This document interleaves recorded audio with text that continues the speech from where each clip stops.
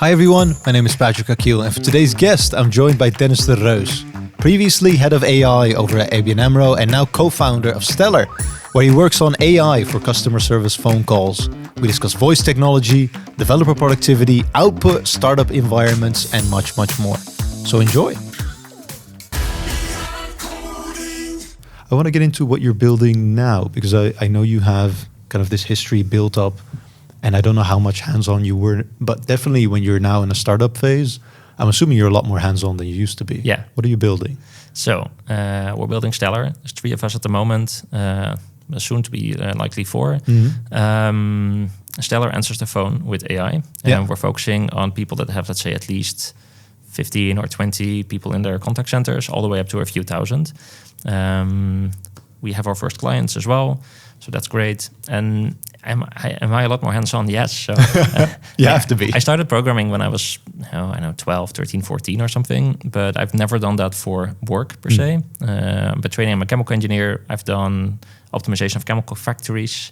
Was my own consultancy business at the time. Then went to McKinsey, did more factories. Then went to McKinsey, pivoted into digital.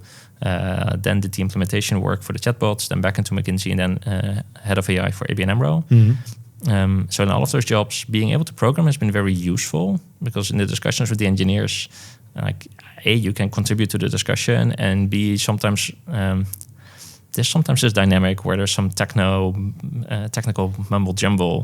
Like, no, it's very hard, and then you can say, like, can you explain it to me? Yeah. And then you can force the discussion a little bit more if you have some technical background. But now I'm actually coding, so. To answer the phone with AI, we're using the voice-to-voice models. That means streaming a lot of audio back and forth live. Yeah. There's no text-to-speech in between, no speech-to-text. And then we have the guardrails running in parallel. And so we picked Go for the backend. And I'm doing a lot of the Go development. Oh, I love Go. Yeah.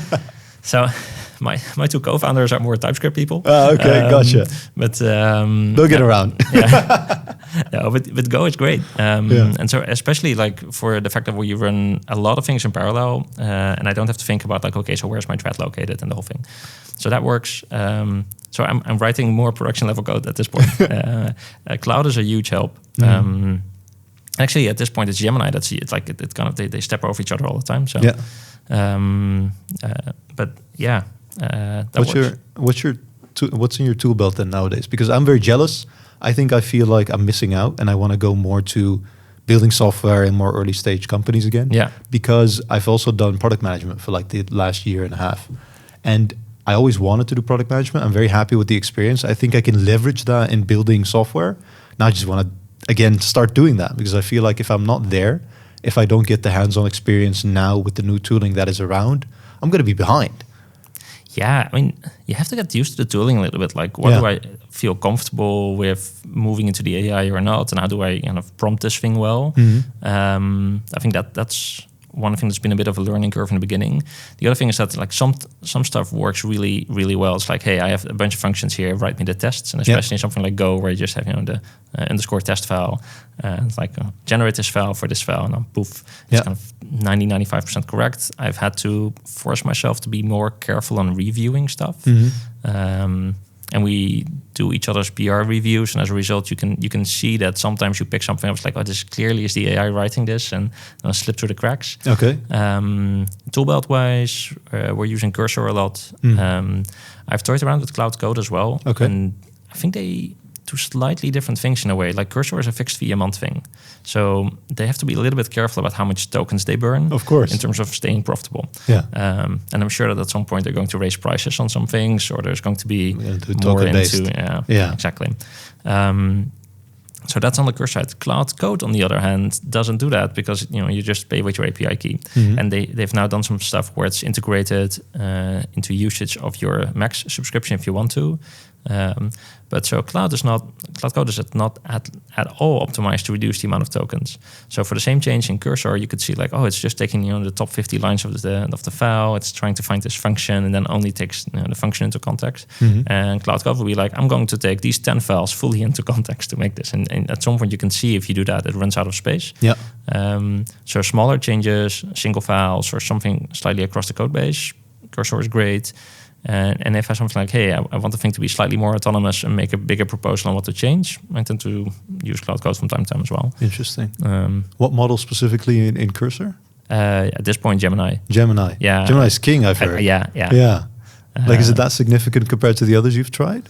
I think it was just like, so 3.7 was very good on the cloud side. And then Gemini 2.5 Pro came out and it was slightly better. And so I've switched over. It's trivial to switch. It's slightly faster. The thinking mode tends to be more extensive as well. Yeah.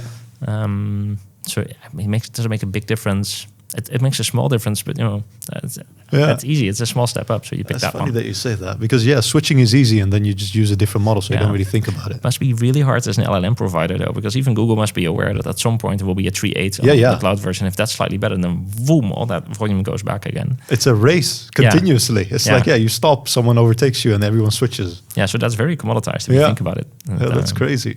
That's why, like, for me, developer productivity and developer experience, those are going to be crucial.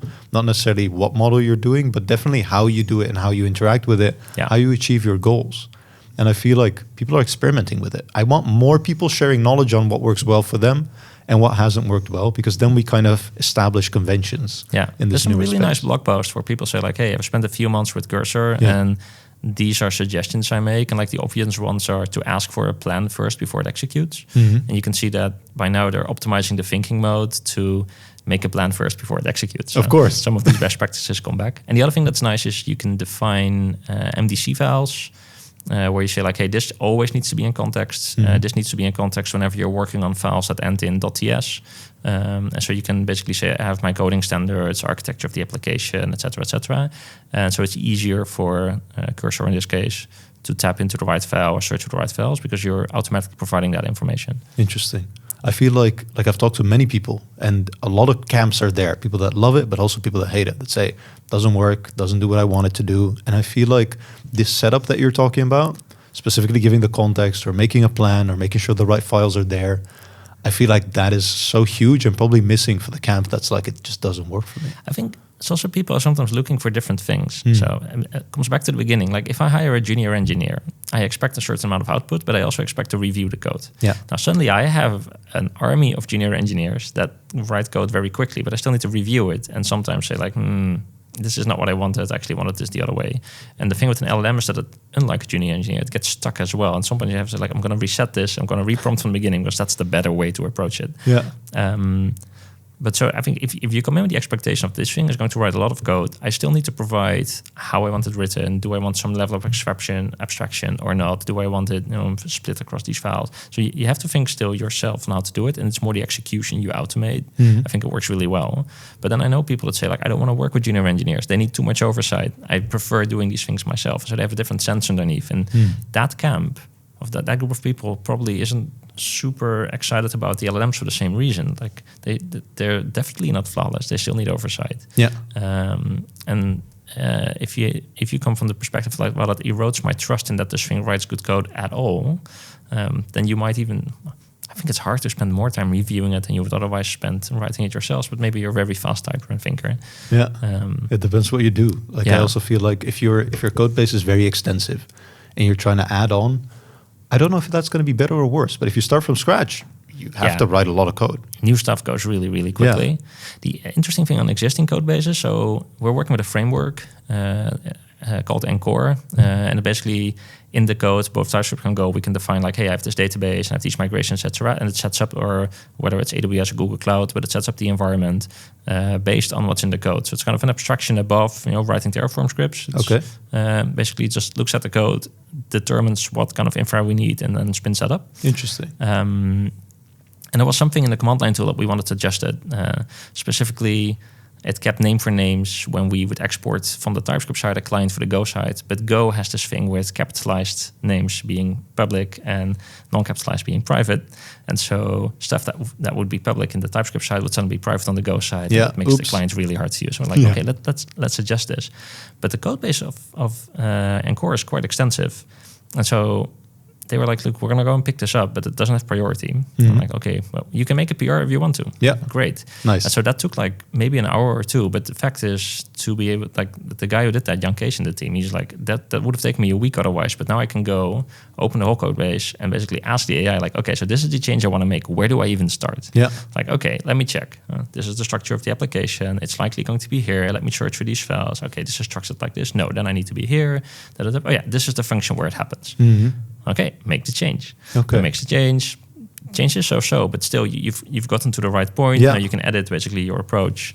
There's some back and forth on the PR, and then it goes merged. Oh, I love that. I love that. I hope people use this also then to contribute to open source, right? Because if you need something, if it's crucial to the core of what you're building, it's a dependency. And it's super nice that it's open source because then you can do this. Yeah, and it's like usually the burden to get into a new code base is quite high. It's and very for high. making like a single change that you really want, suddenly it's very low. Yeah. Like if you want to be a core contributor on something, you still need to really understand the code base. But in this case, you can ask AI to get you where you want to be.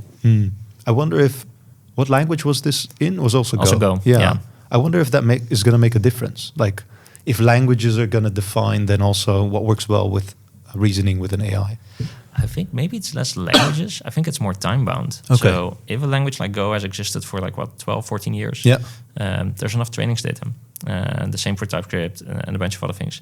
If I now start a new language, even if it's a great language, right, there's not that much example code. You can't catch up. And so, and the same goes for frameworks, right? What if I invent the next Ruby on Rails? Like there is no way that the LLMs are going to be able to pick that up easily. And as a result, anyone working with AI is going to be like, I can't work well with this framework because it's too different. Yeah, it's really funny because I had this conversation with a person that loves Rust. I was like, Rust might be one of the last established programming languages then, right? Because of this. Yeah. If you have a new language, can you play catch up with all the tooling that is around and with people feeling productive and effective? Like, how can you? Yeah, it's really hard. Yeah. And I could imagine something which said like, well, for this language, I'm going to define, cursor rules files that, spec out the language and how to use it, etc. But I wonder if you get to the same performance on that than basically being able to learn from, years and years of GitHub repositories. Yeah. I went to Japan and then I know a little bit of Japanese. And then I had this thought because we prompt and we do everything in English. But is English actually the right language? Like, is it the best language?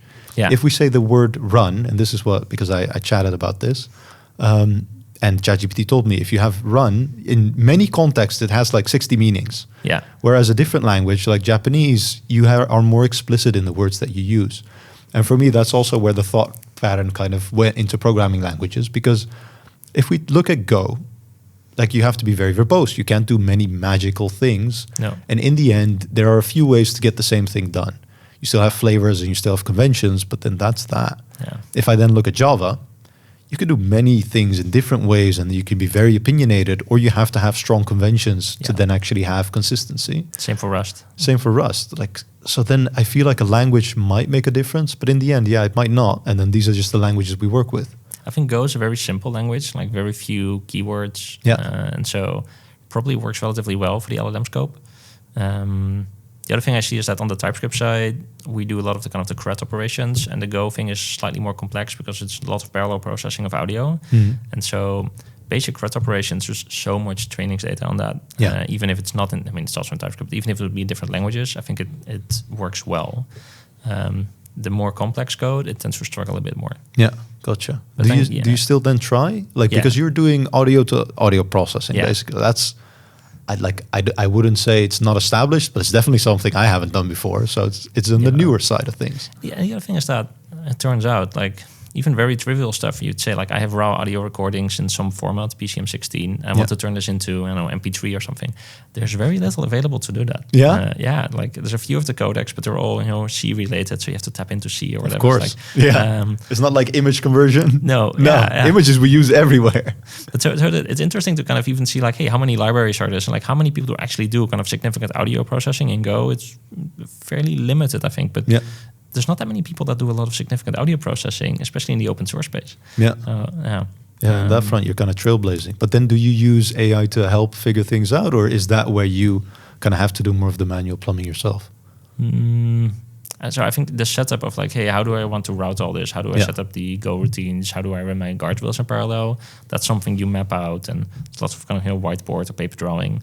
And then it's more of like, okay, so I have this vision. Now I would like to implement, this piece or this encoder or something else. Yeah. And then sometimes Cursor goes overboard, where it writes a complete, WAF encoding thing. Where it's like, okay, there must be a library that does it. But it's like, where did you get this from in the first place? Yeah. Interesting. I was talking to a friend of mine, Zoe Langdon, and he's also doing a startup. His is more, okay, from a learning perspective, I want to learn about cloud topics. Yeah. And his app is going to help with regards to centralizing and providing high quality content and kind of a learning journey. And he says, well, if I'm vibe coding, usually I need to nail whatever I'm trying to do in 1 or 2 prompts. Yeah. Otherwise, I'm going to start from scratch. This is what I meant with it tend to get stuck. Like at some point, you have so much of the kind of wrong direction in the context that you can prompt to say like, no, I don't want this, I want this. Mm-hmm. But it still overweighs for everything that happens before.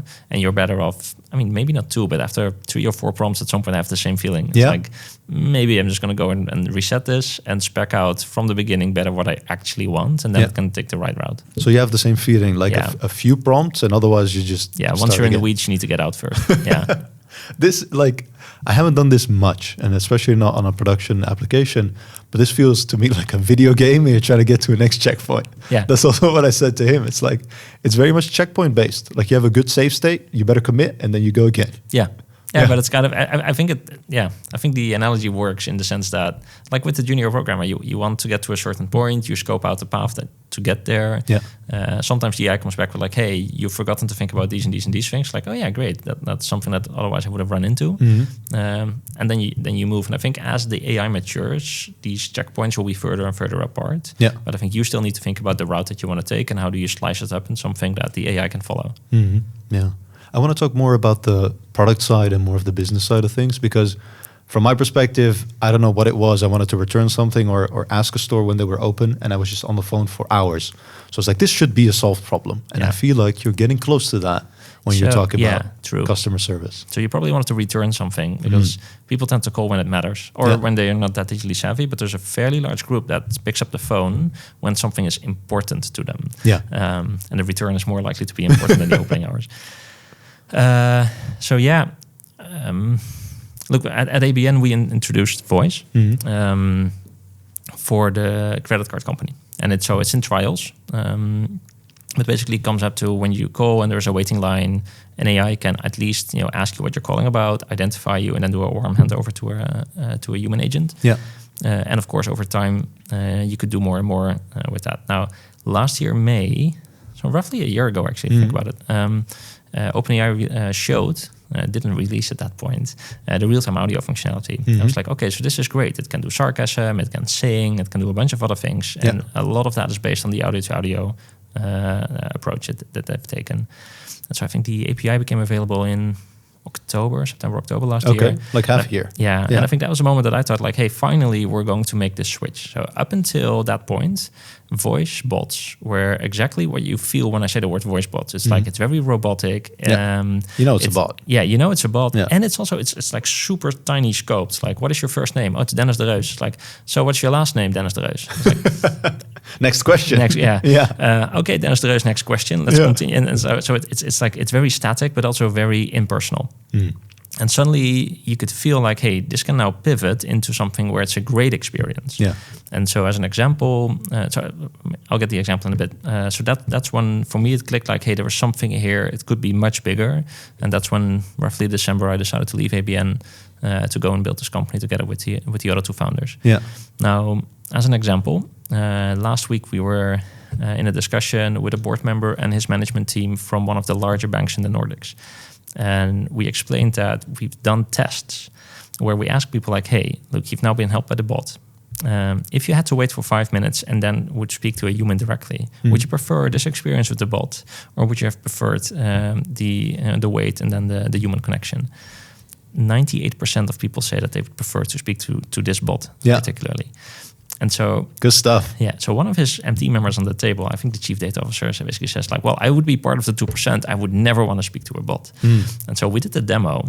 And the demo is basically somebody that's calling about, I don't recognize this credit card transaction. And then the bot is not just saying, oh, I will, return it to you. It's like, it looks like this other transaction. Could you maybe recognize it like this? Could you check this or that? And so we solved this. And then at the end, the same person looks at me and says like, oh, now I get it. I would prefer this bot over a human any day. And yes, that's exactly what you want to hear. That's what we want to hear. Yeah. But I think it also shows that kind of it's pivoted. It's pivoted from a robot where you feel that this is a cost reduction measure to, hey, this is actually very natural. And suddenly, like instead of being open only 5 days a week from 9 to 6, we're open 24/7. We can help you with all the basic questions. And so one of the things that we're getting a lot of response from at the moment is healthcare. Yeah. Whether it's dentist or dental or like GPs or the huisartsenpraktijk, the general practitioner. Yeah, I know, but it's the central thing where you go if it's out of hours. Oh, okay. And so they have people on the phone, and it's not a great experience because it's very hard to plan for this. And it's like, okay, so we would like this, but the original way it would work could never succeed in such an environment, and we think this can. And so we're doing a bunch of proof of concepts there as well. Interesting. So I think this is the big thing. Like it suddenly doesn't need to be this robotic cost-saving approach anymore. It can be really a great experience. What are you focusing then on? Because like for me, if I call indeed my general practitioner, I'm going to be in waiting line, basically. I call as soon as they open and still I'm number 10 in the waiting line. Yeah. That's one angle. But then you also have the more massive, more e-commerce angle. Like, are you trying to tailor both, or are you actually saying, this one first, we're going to nail this one, then we go broad? Or we're very much focusing on the larger parties. Yeah. Let's say at least 20 people in a call center or so. There is some scale in healthcare though, like where you have, if you have a bunch of dental clinics together, you could say like, hey, I can make one AI that can answer the phone for, let's say, 100 of those practices, and they all have like 0.5 FT on the phone. So if you centralize that in that way, it could still reach the scale that it works for us. Yeah. But we do try to give a very personalized experience, and that means investing time in the bot. And we tend to integrate into a number of systems, which again is an IT investment. So this, I think there's a segment below this where you kind of put in your credit card and it kind of works, but it only integrates with Google Calendar. That's not what we're aiming for. Gotcha. But then you haven't specified like, okay, we're doing this domain and not these domains. You're looking at how many people are actually then doing this in the first place. Gotcha. And so a lot of the product is how do we handle the conversations well and safely. And so we do still have steps in a conversation, but they tend to be much bigger. So rather than the step that says, what is your first name? The step is more like introduction, identification of topic. And then there is a step around identification of person. And then there's a step for general questions, step for moving an appointment, making an appointment, these type of things. Gotcha. And there's zero user interface? Like from that one FT that's still there, you don't need any user interface, do you? So the client interacts with it on the phone. But there is an interface where you can kind of edit the conversations. You can monitor, you can listen into conversations, you can take over a conversation if you think like, this is not going well. There's a lot of guardrailing around it as well. So you specify the guardrails and the tests of these guardrails, so you can automatically test and retest all your conversations. Integrations is a thing, like how do I make API calls? How do I do the authentication on API calls? How do I do handovers? Gotcha. So I mean, there's the AI, and of course that's a very complex piece of thing. But it turns out that to do this at scale for larger companies, everything around it is quite substantial as well. Of course. How do you store and retain and process data? All of these things. It still has to be a company. It cannot just be the piece of software. No. You have to build a company. Yeah, that's interesting. Now then, you mentioned you started, let's say half a year ago, or at least something came out half a year ago, and then you started 4 or 5 months ago. How far are you now? Because also you've been building with 3 people, you're going to hire a 4th person. You, I think, consciously haven't ramped up in people yet. Is there no need to? Well, if we had a bunch of VC money, but we've deliberately chosen not to, I think we would be hiring more on the implementation side than on the building side. Okay. And implementation, you mean like doing client sales projects and so sales we do a lot of ourselves. Yeah, It's also good to get a sense of what do people actually want to buy, what are the problems they're having. Yeah. But once we do a project, of course, you have somebody there that says, okay, I lead this project. I understand the analytics of the type of goals we want to automate, the systems we need to integrate with. And so that type of engineering, the kind of more integration engineering, is slightly different than the kind of building the product. Gotcha. But yeah, we're very productive on building the product, I would say. Especially in the first 2 months, like things went so fast.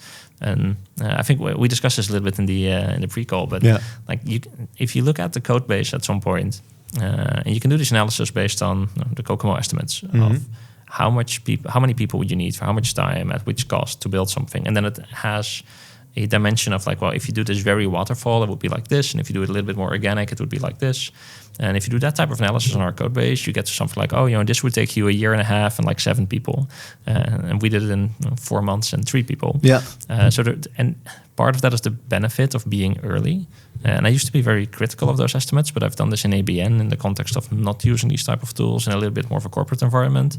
And then they tend to be fairly on the dot, where it's like, this would have taken 12 months and 6 people, and it's like, okay, fine, we took 18 months and 4 people, but it multiplies to the same amount of months. Yeah. And so, I think we're going very fast. How's it feel? It must feel good, no? It feels very free, I would say. Yeah. Free, that's the word you choose. Yeah. Yeah, that's awesome. Look, if you're in a regulated environment, there is whole departments to manage risk. And the best way to manage risk is to sometimes not do things. Of course. So you don't have to. Yeah. So, I mean, my previous role was much more of a diplomat, I would say. Oh. And you have to get people to align around like, okay, this is actually a good thing to do. Yeah, I mean, I think head of AI at a bank, specifically ABN Amro, like you have to be a diplomat to a certain degree. Yeah. You can't just be a person that is continuously building and has a high risk appetite. It's because a bank can't afford that. True. But at the same time, I think if you're in that type of role or innovation more broadly, in this type of environment, you're kind of expected to push the boundary a little bit. Yeah. The question is like where to push, how far to push. Like if you're a 3-time founder, very successful entrepreneur that's always done this from scratch, and then you go and try and lead innovation in a bank, it's going to be very hard because there's some stuff that just doesn't work in a corporate. Yeah. But so I think it's an interesting role. So you're continuously fighting the system, and it's somewhat exhausting, but it's also somewhat kind of comes with the territory of that job. Yeah.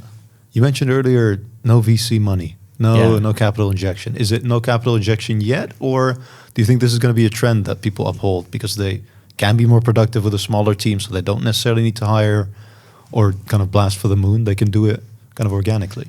So I think what you can do today is you can get much further with a smaller founding team.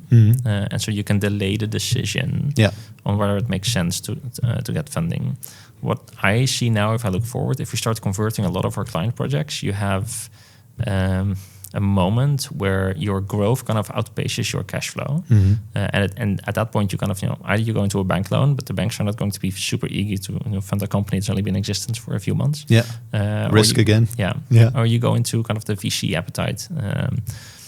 But I think going into VC money comes with an expectation that you're going to be one of the companies that's going to give a 10x or 100x return. Yeah, you have to be a multiplier. Yeah. And so that's a decision as well. Like the moment you go there, it's not just money for this phase of growth. It's money with an expectation of hyper growth afterwards. And so for us, like we wanted to prove that we could sell this, which we have, that the product would work. And I think in a few months we're going to have much more data for ourselves as well to make a decision on how to proceed after that. Gotcha.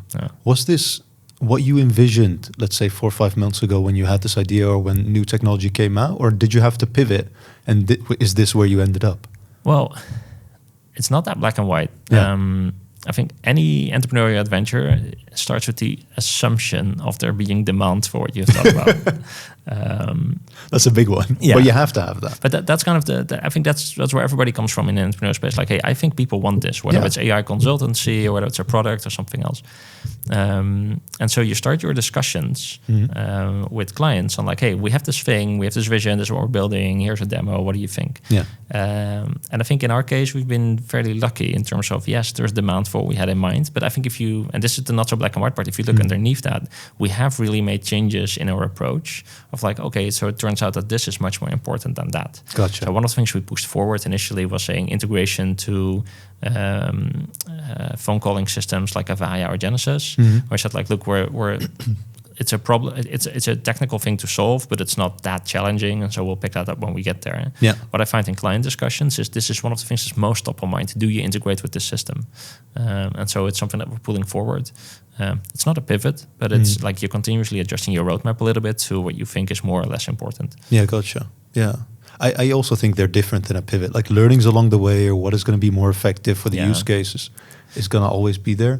But I feel like this vision of, okay, we want to, I don't know, improve customer delight by leveraging AI for X, Y, and Z, like that vision still holds strong. Yeah. And I feel like it's something that even without like the latest technology, it is already what companies were trying, right? Automated answering systems, okay, dial X, Y, and Z to get to this department faster. Like we were in this accelerating process, but not to the degree that we can do now, which is really cool. And I think there are a lot of companies that want kind of a certain level of great experiences with their clients and have a good interaction because it fits with who or what they want to be as a brand. And so for them, it was very hard to put something in there that says press 1 to do this, press 2 to do that, or to put like, hey, you're going to be like the 10th person waiting. Yeah. And so it's for that group, it's been very hard to do something in the past because the technology just did not meet any of the basic requirements, so the hygiene factors of how they want to have the phone-based interactions. Yeah. And I think that's now suddenly coming into scope.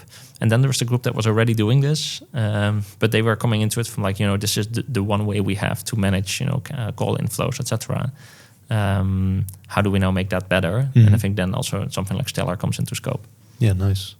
What I have seen, and that is more with digital marketing, is that user demographics or an audience, the more data that you have, the more you can tailor the content towards that audience specifically.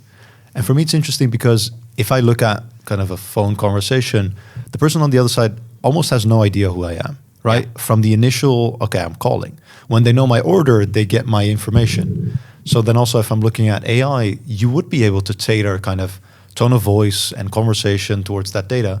But it's like a chicken and egg problem because you don't have it yet. You have to have minimum data to get more data from the systems that you have. So I think what works well, though, with the audio-to-audio setup is where I say, like, look, try and match to some degree the emotional tone or type of interaction you get from the other side. So if somebody's a very fast speaker, you may speak faster. Somebody's seems to be a slower speaker or seems to be emotional a little bit on that. Like, don't try to be overly cheery if the other side is not overly cheery.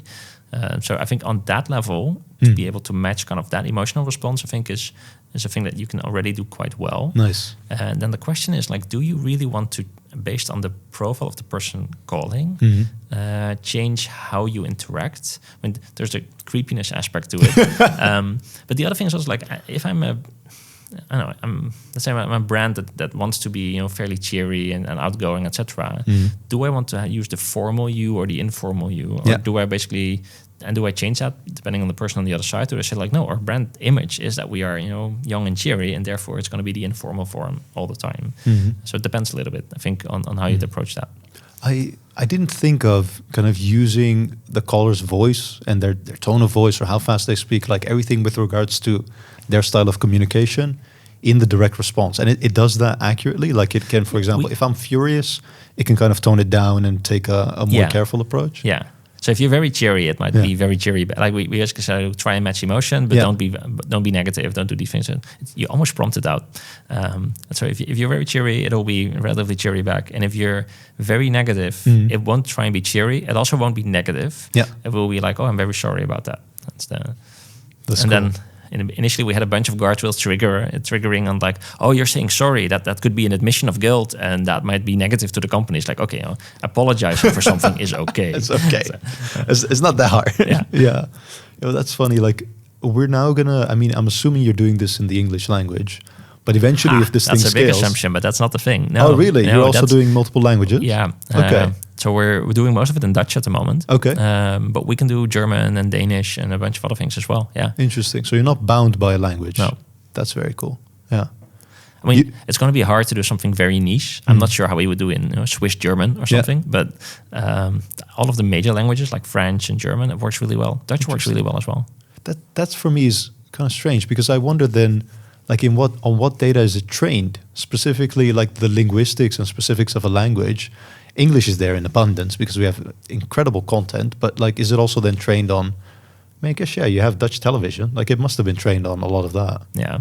The other thing is, I think in the end the model abstracts, and so if I really dumb it down, I suppose the embedding of the same sentence in English and Dutch are relatively close to each other. Yeah. And so you can have something pronounced in Dutch which only has, English-based truths, what it was trained on, and it will still likely work. So I mean, it's not that they have separate models for Dutch and English. A lot of that knowledge blends together and still works. Nice. Yeah. There's some, like one of the things that's interesting where you can see it go wrong is that in English you would say 82, and in Dutch you would say 82, 2 and 80. 2 and 80. And Dutch is like the only one that does that. The Germans do it as well. Germans as well, yeah. I saw like, I don't know if it was Danish, but they have something incredibly difficult where there's like an add-on. The French as well, of course. But 90 is like 4 times 20 plus 10. Yeah, it's exactly. Like, okay, or also known as 90. Yeah. And I think the Danish have like something that's like base 16 or something. That's the worst. Like, yeah, it was worse from than a programmer's perspective, base 16 makes perfect sense. Yeah, sure. But so you can see it makes mistakes there. Okay. Pronunciation of numbers, where the Dutch one is switched around versus the English one. You can see the English trainings data are kind of pushing. Yeah. But I suspect this is one of the things that they're working on really hard because it's common. You can see it in almost every in a lot of the Germanic-based languages. It's really funny because that is also if people are learning a new language, that's also what trips them up. Yeah, it's like why you switch this around? Like that doesn't make any sense. Yeah, that's really funny. You mentioned you're going to do a first hire. You're growing from 3 to 4. Yeah, is that the first hire or? Oh, technically speaking, this is an intern as a working student type of thing. But and that links all the way back to the beginning, where like if you have young, eager people with the right amount of drive, that will work. Good stuff. Because I was wondering, like, is this a decision but this kind of grew organically? You started with an internship? Yeah, we're also talking to some people where it's like, hey, if we convert a set number of projects, these would be great fits from our network, and they are more experienced to join the company as well. Gotcha. So it is all network based currently. Yeah, like in that small of a stage. Like I feel like we talked about hiring very much different from like the US culture versus European culture, and that's going to impact also your startup. Yeah. And I think the ability that we have with AI to kind of stay smaller for a longer amount of time. But client implementation projects need face time and boots on the ground. And so that's going to be something that we eventually need to hire for. Yeah. And we're looking at partners as well. Okay.